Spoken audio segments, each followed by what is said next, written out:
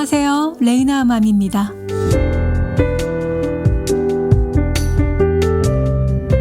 우리가 행복하다고 느낌을 주는 그 호르몬은요, 뇌가 아니라 우리 장에서 대부분 만들어진다고 합니다. 요즘 좀 행복하다는 느낌을 덜 받는다면요, 장에 좋은 음식을 먹어야겠구나, 이렇게 한번 생각해 보시고요. 식사를 좀 더 건강하게 챙겨보시기 바랍니다. 나의 감정이 언제나 옳지는 않으니까요. 감정의 모든 것이 이리저리 휩쓸리는 거, 이거 어쩌면 나에게도 미안한 일이잖아요. 오늘 나의 기분은 진실이 아닐 수도 있다. 이 장이 보내는 신호이다. 이렇게 한번 생각해 보면서요, 4월 둘째 주 이슈가 되는 내용들 정리해 봤습니다.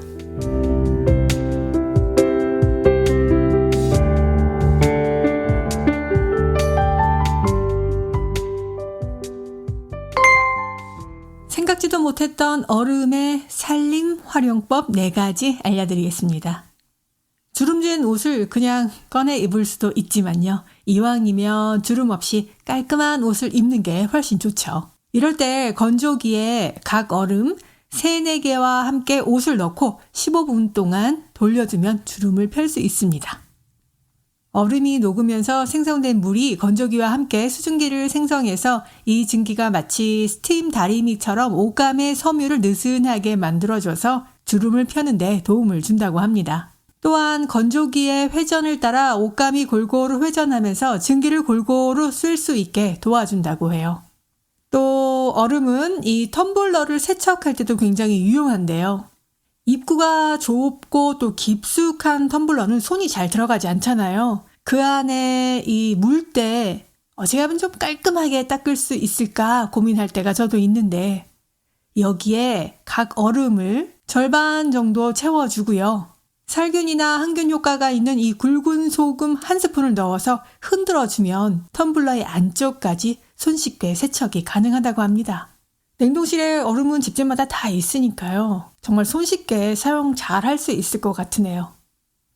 또 얼음은 이 배수구에서 올라오는 악취를 없애는 데도 좋은데요. 얼음을 얼릴 때 그 얼음 상자 안에 물과 식초를 1:1로 섞은 물을 채워서 얼려주는 거죠. 얼음이 다 얼면 이를 배수구에 꽉 채워서 놓아주기만 하면 된다고 합니다. 직접 이렇게 부어주는 방법도 있지만 손으로 부어주게 되면 장시간 동안 부어주기는 어렵죠. 식초 얼음을 사용해 주는 게 좋은데요. 이 얼음이 시간에 따라 조금씩 녹으면서 세균 증식을 막아줄 수 있다고 해요. 또 하나는 밥을 더 맛있게 하는데 도움을 주는데요. 냉장고 속에 넣어서 놓은 이 차가운 밥을 데울 때, 그럴 때 우리는 전자레인지를 이용하게 되는데, 이때 수분이 증발되어서 겉이 딱딱해져서 밥맛을 잃게 되는데, 이럴 때 얼음 한 조각을 그 위에 같이 올려서 전자레인지를 돌려주면 촉촉하고 메마르지 않은 밥을 먹을 수 있습니다. 요즘에는 밥을 이렇게 한꺼번에 지어서 소분해서 냉장고에 두었다가 드시는 분 많잖아요. 또 이렇게 먹으면 저항성 전분이 생겨서 탄수화물 섭취를 좀 많이 줄일 수 있어서 다이어트에도 좋고 건강에도 좋아서 냉장고에 넣었다가 드시는 분 많은데, 이럴 때 전자레인지에 데울 때 그 위에 얼음 한 조각 올려서 전자레인지에 데우면 수분을 머금은 따끈한 밥이 되겠습니다. 생각도 못했던 얼음의 살림 활용법 4가지 알려드렸습니다. 칫솔 세균 없이 깨끗하게 쓰려면 이렇게 관리하세요 하는 기사입니다. 이 칫솔이 수명을 연장하는데 가장 큰 기여를 한 발명품이다라는 얘기도 있습니다. 올바른 칫솔질의 중요성은 많은 이들이 알고 있지만, 그런데 올바른 칫솔질만큼 중요한 칫솔을 올바르게 보관하는 방법을 많이 놓치는 경우가 있죠. 칫솔을 사용한 후에 올바르게 칫솔을 보관해야 세균이 번식하는 것을 예방할 수 있습니다. 세균 번식을 최소화하고 칫솔을 깨끗하고 올바르게 유지하는 방법 알아봤습니다. 첫 번째는 흐르는 물에 깨끗하게 씻기입니다. 양치를 끝낸 후에 칫솔을 흐르는 물에 깨끗하게 씻어야 하는데요. 칫솔에 음식이 끼거나 또 치약이 남아있는지 확인해야 하고요. 만약 남아있다면 이를 꼼꼼하게 닦아주는 겁니다. 두 번째는 칫솔을 사용한 후에 충분히 건조시켜야 한다는 거예요. 젖은 상태에서는 세균이 번식하기 쉽기 때문이죠. 습도가 높은 화장실에서보다는 통풍이 잘 되는 곳에 보관하는 게 좋습니다. 그래서 이 칫솔 꽂이 바닥에 물이 고여있지 않도록 하는 게 좋고요. 세균 번식을 막기 위해서 밑이 뚫려 있는 칫솔 꽂이를 사용하거나 칫솔을 걸어두는 게 더 좋겠습니다. 또 가능한 한 변기에서 멀리 보관해야 하는데요. 변기에 물을 내릴 때 배설물의 입자가 공기 중에서 방출되기 때문에 변기와 좀 멀리 떨어뜨려서 보관하시고요. 또 변기 물을 내릴 때는 커버를 덮은 후에 물을 내리는 것도 좋은 방법이죠. 또 칫솔 보관할 때 하나의 칫솔 꽂이에 여러 개의 칫솔을 보관하는 것은 피하는 게 좋습니다. 칫솔 목길이 서로 닿게 되면 교차 감염을 일으킬 수 있기 때문에 칫솔 목길이 서로 닿지 않도록 주의가 필요하고요.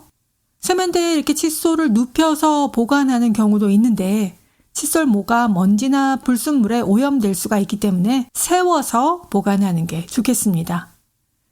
또 일정한 주기로 교체하는 거 여러분 다 알고 계시죠? 칫솔 모가 마모되기 전에 교체하는 게 좋고요. 일반적으로는 3개월에 한 번씩 교체하는 게 좋다라고 하는데 개개인에 따라서 사용하는 방법이 다 다르니까요. 마모되기 전에 교체하시고 또 만약에 부드러운 칫솔모를 사용하신다면 그보다 더 빨리 1달 내지 2달에 한 번은 꼭 교체하는 게 좋겠습니다. 수명이 늘어나면서 무엇보다 치아 건강에 굉장히 더 큰 관심을 가져야 하는데요. 무엇보다도 건강하고 깨끗한 이를 갖기 위해서는 올바른 칫솔질과 또 칫솔의 보관이 가장 중요하겠습니다. 50대가 되어도 이가 굉장히 안 좋으셔서 틀니가 필요하신 분이 있는가 반면 7, 80대에도 아주 건강한 또 치아를 갖고 계신 분들이 많이 있잖아요. 오복 중에 하나라고 불리는 치아, 뗄래야 뗄 수 없는 이 칫솔, 올바른 보관 방법 알아봤습니다. 요즘에는 장수와 건강의 비결을 소식으로 꼽는데요. 소식하면 장수한다는데 얼마나 덜 먹어야 하는 걸까요? 소식하면 오래 산다 이 말이 있는데 소식은 실제로 여러 가지 장점이 있지만 의욕이 앞서서 과도하게 실천하게 되면 오히려 몸에 부담을 줄 수 있습니다. 제대로 잘 소식하려면 어떻게 해야 할까요? 소식의 건강 효과는 다양합니다. 평상시에는 먹는 열량을 줄이면 몸속 염증 반응이 줄어듭니다. 몸무게가 정상 체중보다 무거운 사람은 체중 조절에 도움이 되고요. 세계보건기구에 의하면 매일 500kcal 정도 덜 먹으면 일주일에 0.5kg 정도 체중을 줄이고 또 6개월간 지속하면은 초기 체중의 10%가량 감량할 수 있고 장수에 도움이 될 수 있다고 알려져 있습니다. 미국 태평양 건강 연구소 연구팀이 장수하기로 유명한 이 오키나와 블루존 사람들의 식단을 분석한 결과 열량 제한이 장수에 기여한 것으로 나타났는데요. 이들은 위에 80%가 찼을 때 젓가락을 내려놓는 식습관이 있다고 합니다. 물론 소식하겠다고 무작정 굶는 것은 금물입니다. 몸이 필요로 하는 것보다 열량을 적게 섭취하면 우리 몸은 몸속에 저장되어 있는 그 지방을 분해해서 에너지를 내게 됩니다. 이 기간이 길어지게 되면 지방이 바닥나서 근육이나 신체 장기 조직이 분해되기 시작합니다. 심각한 건강 이상이 발생할 수 있죠. 특히 골다공증 환자는 칼슘과 단백질 섭취가 부족해지면 근감소증이 생기거나 골다공증이 악화될 수 있기 때문에 주의가 필요합니다. 과식을 하지 않겠다는 이 마음만으로도 소식을 실천할 수 있는데요. 평소보다 먹는 양을 줄이더라도 인체에 꼭 필요한 열량과 영양소는 충분하게 섭취해야 합니다. 소식하기 전에 평소 섭취 열량의 20% 내지 30%만 줄이는 게 바람직하고요. 열량 계산이 어렵다면 평소에 먹던 2끼 분량의 식재료를 3끼에 나누어 먹는 것도 좋은 방법입니다. 40대 남성이 하루 권장 열량 2300에서 2500kcal를 하루 3끼에 나눠 먹는다고 가정했을 때 두 끼 식사에서 섭취하는 열량은 약 1600kcal입니다. 여기에 약간의 간식을 더하게 되면 1610에서 1750kcal로 소식 식단 열량에 해당되죠. 식사량을 줄일 때는 반찬보다 밥을 덜 먹는 게 좋습니다. 그래야 영양소 손실 없이 섭취 열량을 낮출 수 있고요. 채소는 평소만큼 섭취해서 비타민, 칼슘 등 필수 영양소가 모자라지 않게 하고요. 국수나 밥처럼 비교적 영양소가 적은 식품을 평소보다 덜 먹으면 됩니다. 식사할 때 음식물을 꼭꼭 씹어 먹으면 자연스럽게 소식할 수 있게 됩니다. 식사하고 배부름을 느끼는 이유는 뇌의 포만감 중추를 자극하기 때문에 뇌의 포만감 중추는 음식을 먹은 후 20분 정도가 지나야 자극을 시작한다고 합니다. 또 숟가락 대신 젓가락을 사용하는 것도 천천히 먹게 되는 좋은 방법이고요. 다 알고 있는 내용이지만 어느 정도 양이 찼을 때 젓가락을 놓는 거는 그 생각만큼 쉬운 건 아닌 것 같습니다. 밥도 배부르게 먹어야 하고요. 이젠 정말 들어갈 데가 하나도 없어 하지만 또 바로 디저트를 또 먹게 되잖아요. 디저트를 먹고 나서 이제는 정말 들어갈 데가 없어 해도 또 과일 한 조각 먹게 되고 그 다음엔 정말 배가 불러서 그 다음에는 눕게 되죠. 자, 오늘부터는 약간 아쉬울 때 얼른 식사의 자리에서 그냥 일어나는 거, 또 식사 전에 물을 한 컵 마셔주는 거, 식사를 천천히 하는 거, 그것만 지켜도 크게 도움이 되지 않을까 하는 생각입니다. 미국에 오래오래 살지만 바뀌지 않는 게 또 입맛입니다. 그래서 오늘은 맛있는 좀 외식 좀 해야지 하고 생각나는 게 항상 한식밖에 없는데요. 이 미국 뉴욕 타임즈가 선정한 2024년 뉴욕 최고의 레스토랑 100곳 중에서 한식당이 7곳이나 선정됐다고 합니다. 일식당은 4곳, 중식당은 5곳이었고요. 뉴욕 타임즈가 뉴욕 지역 최고 레스토랑 순위를 발표하면서 4위에 한식당 아토믹스라는 그 식당을 올렸다고 합니다. 그 식당은 현지에서 채취된 쪽제비쑥 등 새로운 식재료를 사용하고요. 전통을 기반으로 한 그 실험을 거듭해서 더 넓은 맥락에서 한국적인 분위기를 느낄 수 있도록 한국적인 도자기와 직물, 젓가락 등을 이용해서 함께 식사를 제공한다고 소개했습니다. 16위와 32위에 오른 제주 누들바와 아토보이가 있었는데요. 이 제주 누들바에서 판매하는 버섯 라면에 대해서는 파르메산 치즈 거품과 라임을 곁들인 이 음식은 그 자체로 한 끼 식사가 된다라고 평가했고요. 아토보이에 대해서도 현재 한식에 대한 비전을 가장 잘 보여주는 곳이라고 훌륭한 한식 코스 요리를 경험할 수 있다고 전했습니다. 또 맨하튼에 위치한 옥동식을 42위에, 윤해운대 갈비가 52위에, 그 밖에도 77위, 또 91위에 한식이 올랐고요. 일식이나 중식당보다 순위가 높았다는 거죠. 여러분은 외식 그러면은 가장 떠오르는 메뉴가 어떤 음식이 가장 먼저 떠오르세요?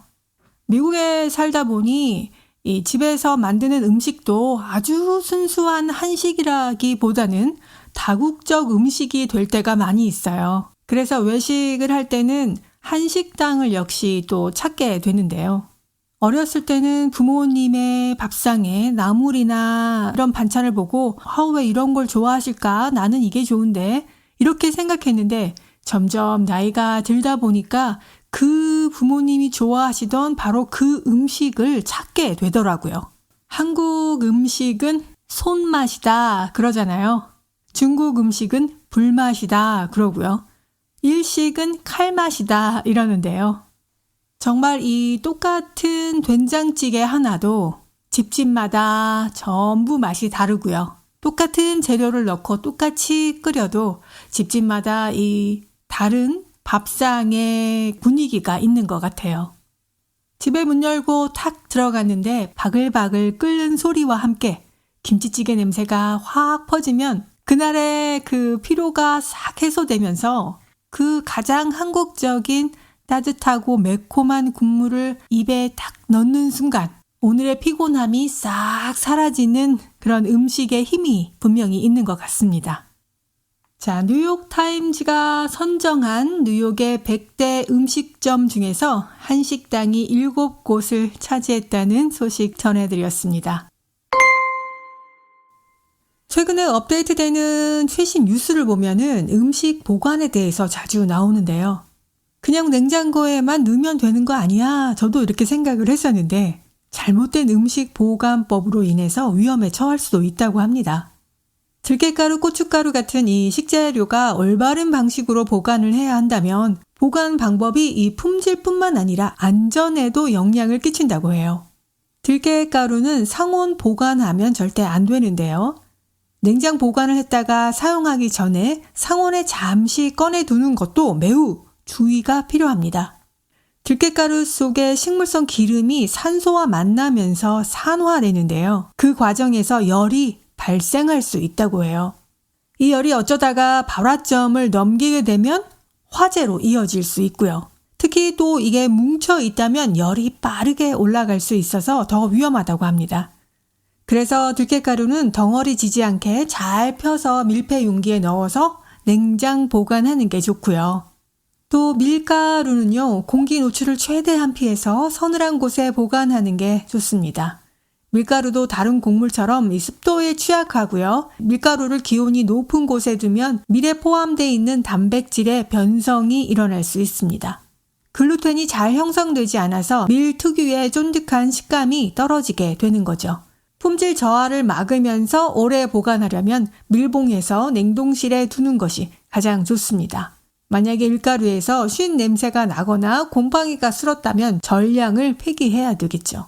새 밀가루를 오래된 밀가루와 섞어서 보관하는 거, 그렇게 되면 기한이 단축되기 때문에 분리해서 넣는 것이 좋습니다. 자, 고춧가루 역시 상온에 보관하시는 분은 없겠죠. 상온에 보관하게 되면 수분 함량이 떨어져서 색깔도 변하게 되는데요. 또 고춧가루는 냉동보다는 냉장고에 두는 게 훨씬 좋다고 해요. 습기에 노출되게 되면 곰팡이가 날 수 있기 때문에 주의가 필요합니다. 음식에 넣는 이 가루 잘못 보관하면 화재 위험이 있다라는 자극적인 기사였습니다. 고춧가루, 들깨가루, 밀가루 상온에 보관하면 안 된다는 소식이었습니다. 호주의 어느 간호사가 노인병원에 근무를 했는데 살 날이 얼마 남지 않은 노인들이 이 간호사에게 당신들이 평생 후회하는 일들을 줄줄이 이야기해 줬습니다. 노인들의 이야기가 서로 너무 비슷해서 이야기가 계속 반복된다는 것을 깨닫고요. 인생의 5가지 후회와 에피소드를 책으로 썼다고 합니다.